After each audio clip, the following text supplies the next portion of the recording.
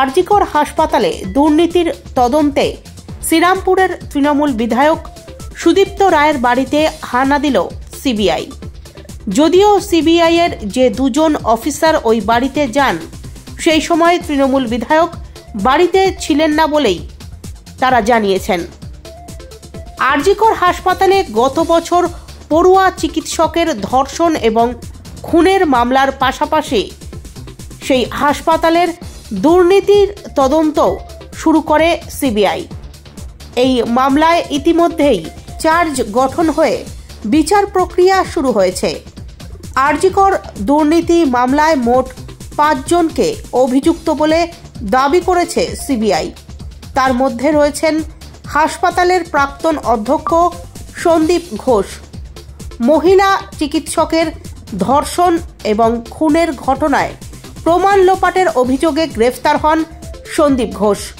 মহিলা পড়ুয়া চিকিৎসককে খুন ও প্রমাণ লোপাটের ঘটনায় ইতিমধ্যেই সন্দীপ ঘোষ জামিন পান, কিন্তু আরজিকর দুর্নীতি মামলায় অভিযুক্ত হওয়ায় আপাতত তিনি জেলে রয়েছেন।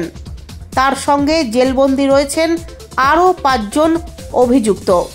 এই ঘটনায় আবার সিবিআই তৎপর হয়ে ওঠায় আজ বিকেল 5টা নাগাদ আবারও নতুন করে চাঞ্চল্য দেখা দিয়েছে।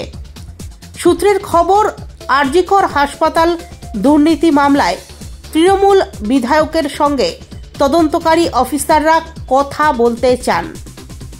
কিছু বিষয়ে তাকে জেরা করার প্রয়োজন বলে মনে করছেন সিবিআই কর্তারা।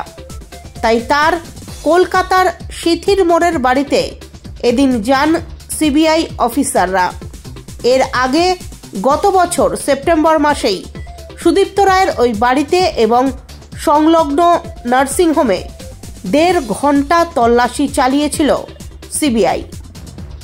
আরজিকর হাসপাতালে রোগী কল্যাণ সমিতির চেয়ারম্যান পদে ছিলেন শ্রীরামপুরের তৃণমূল বিধায়ক সুদীপ্ত রায়। টেন্ডার করে হাসপাতালে জিনিসপত্র কেনার ক্ষেত্রে বড়সড় দুর্নীতির অভিযোগ সামনে আসে। সেই ঘটনার তদন্তে নামে সিবিআই।